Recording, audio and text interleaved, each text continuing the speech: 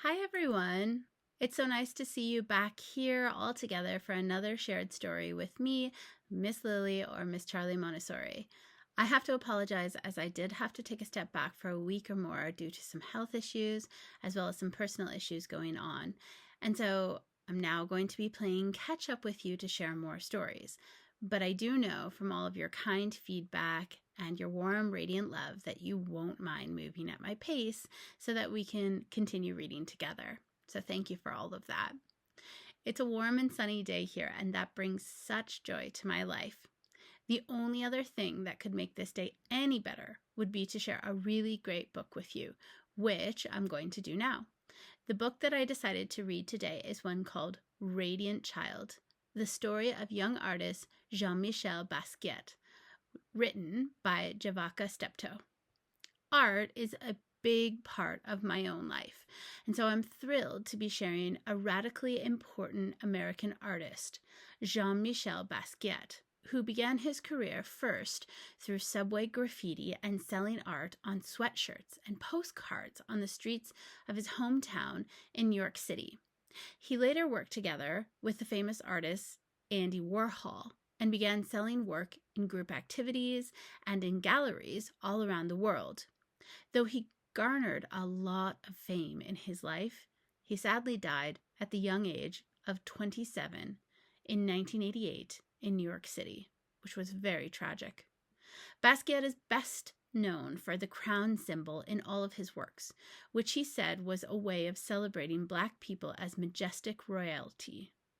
He's remembered for having his 1982 painting of a skull, titled Untitled, bought for the price of $110.5 million by a Japanese billionaire, making it the highest price paid for a Basquiat painting, and as well the highest price paid for a Black artist.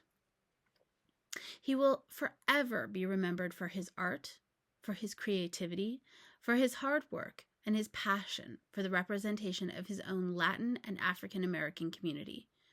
I believe it is important to bring out people like this for our young children to see as role models and inspirational figures, to know that artists are essential and vibrant members of our world to look up to as well. I hope you enjoyed this beautiful story of Jean-Michel Basquiat as much as I have, and I look forward to hearing your feedback. Enjoy the rest of your weekend with your loved ones. Continue your reading journey with love, respect, and kindness. Until the next time, I look forward to sharing with you again. Okay, let's enjoy the story now. Radiant Child, the story of young artist Jean-Michel Basquiat, written and illustrated by Javaka Steptoe.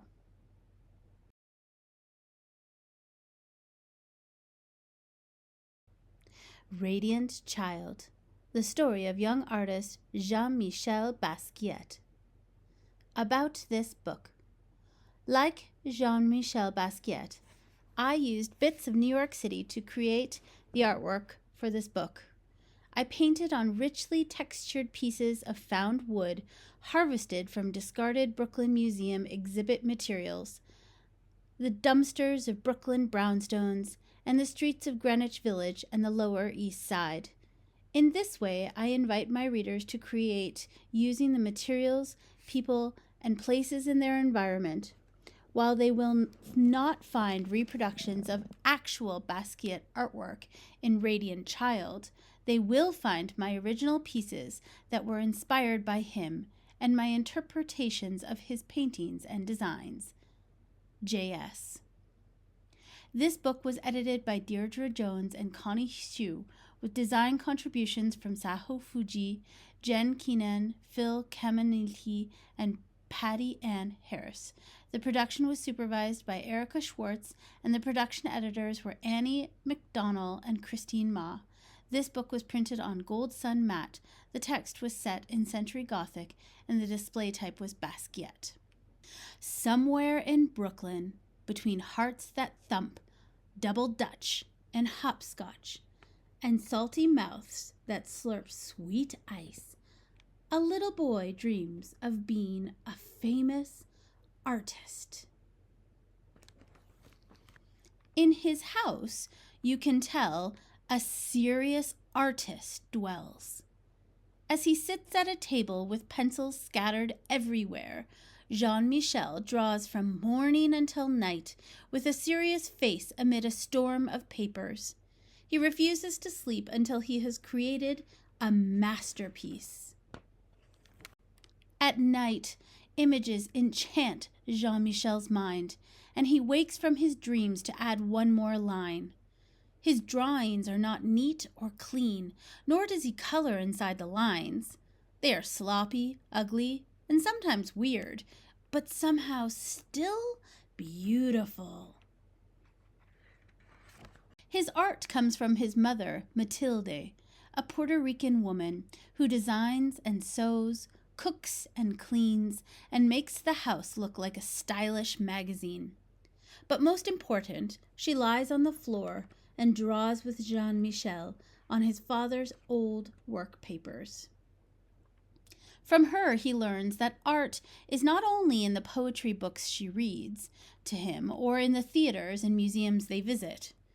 Art is the street games of little children in our style and the words that we speak. It is how the messy patchwork of the city creates new meaning for ordinary things. While visiting the museum, they look at his favorite works of art. Reading the story behind each artist, reading the story behind each work, this is how Jean-Michel learns what it means to be a famous artist. Back at home, he creates art on the floor as his father, Gerard, plays jazz records. Mama Matilde cooks arroz con pollo and calls Jean-Michel mi amor. The energy and life of the city can be felt in each line of his drawings. As time goes by, Jean-Michel learns that art has a healing power. After a car accident, he is scared and confused. Matilde gives him a book to calm his fear. It is filled with pictures of bones, skulls, and other body parts. Jean-Michel draws from it until he knows it all by heart. He is no longer afraid. Back at home, Jean-Michel's body heals, but his heart breaks. His mother's mind is not well, and the family breaks. She no longer lies on the floor with Jean-Michel, but sits by the window, singing only to birds. Jean-Michel is confused and filled with a terrible blues when Matilde can no longer live at home.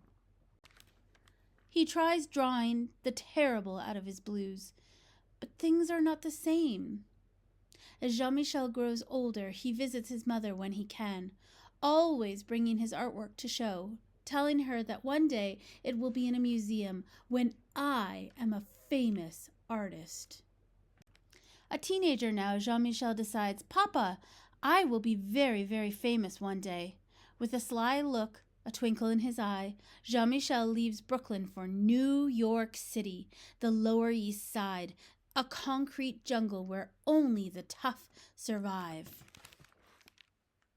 During the day, dressed in a green jumpsuit splattered with paint, Jean-Michel stays with friends, sleeping on couches and floors, leaving a barrage of collages and poem-filled papers everywhere he goes.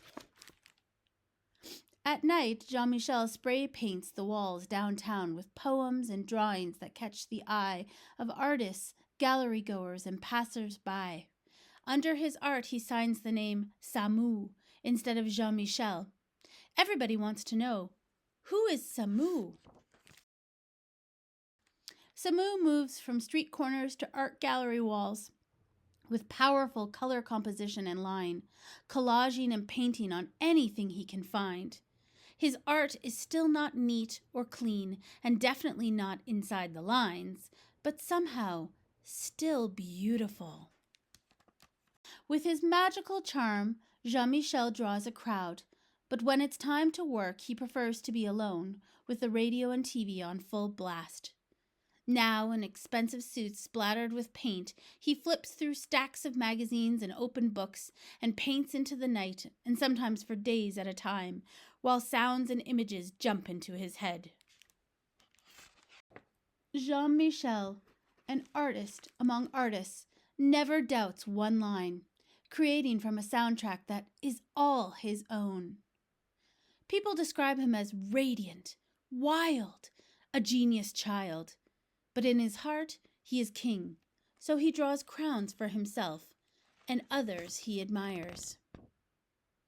A grown man now, with the art world in his hands, Jean-Michel still visits his mother when he can. And at his most important shows, above all the critics, fans, and artists he admires, the place of honor is his mother's, a queen on a throne. He is now a famous artist. At the end, you will see there's a part that says more about Jean-Michel Basquiat. I would suggest that you take this book out from the library to read about this. However, I will read the part that talks about motifs and symbolism in Basquiat's work. It says here, Basquiat was known for his charisma, energy, and bold, captivating art. His work was often political and expressive, with a strong point of view and message, which is why letters, words, and phrases sometimes appear in his pieces. He addressed topics such as the struggles of everyday people and their fight against capitalism, colonialism, and those with power. His work also spoke from Black culture, including influences from African and African diaspora art, religion, history, and folklore, improvisational jazz, bebop, hip-hop, sports, and the melting pot culture of New York City. Like many artists, Basquiat used motifs, recurring subjects or ideas, in his paintings. See if you can find examples of these motifs throughout the book. For Basquiat, crowns represented many things, such as power or strength, and he often gave crowns to others in his artwork as a sign of respect. Eyes often represented remembering, seeing, or understanding the past or the present. Cars, trucks, and airplanes often symbolize Basquiat's childhood and the car accident that badly injured him.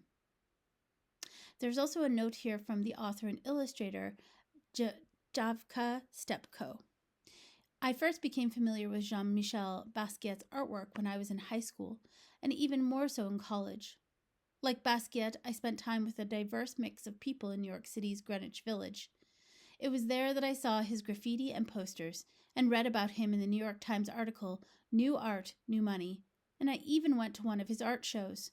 Basquiat's success seemed to me to begin an era of inclusion and diversity in fine arts, where there had been little to none. This meant, as a young African-American artist coming up, that my chances of having my voice heard and achieving mainstream success were majorly expanded. But it wasn't until much later, at an exhibit at the Brooklyn Museum in 2005, that I truly understood how much his work meant to me. It made me realize that I wanted to help young people connect with his art the way that I had. I also wanted young readers and the adults in their lives to be able to use Basquiat's story as a catalyst for conversation and healing. As someone whose mother suffers from mental illness, I believe this story touches as an important topic, as diagnosable mental disorders affect about 1 in 4 adults in the United States every year. Most important, I hope that young readers will see that Basquiat's artwork is more than just bright colors or intriguing composition or text. It is thoughtful, powerful, and interesting, and like all artwork, it is not something that is good or bad. His art was his voice, which he used to speak about complex social issues and politics that are still relevant today. Instead of reproducing or including copies of real Basquiat paintings in this book, I chose to create my own interpretations of certain pieces and motifs. By painting them on textured pieces of wood, blending his style with mine, my goal was to show how his work has inspired me and to give young readers a sense of his artistic style. I hope they will want to learn more about him and will look for examples of his actual work online and in museums. Jean-Michel Basquiat went after his dream of becoming a famous artist with all his heart. There is no doubt he made a mark on the world and encouraged others to do the same, and that mark matters, especially to artists and storytellers like me. Javaka Steptoe. Thank you all for listening to this beautiful story today and honoring the legacy of Jean-Michel Basquiat. I look forward to sharing my next story with you soon. Have a wonderful evening, everyone, and I will see you soon. Bye bye.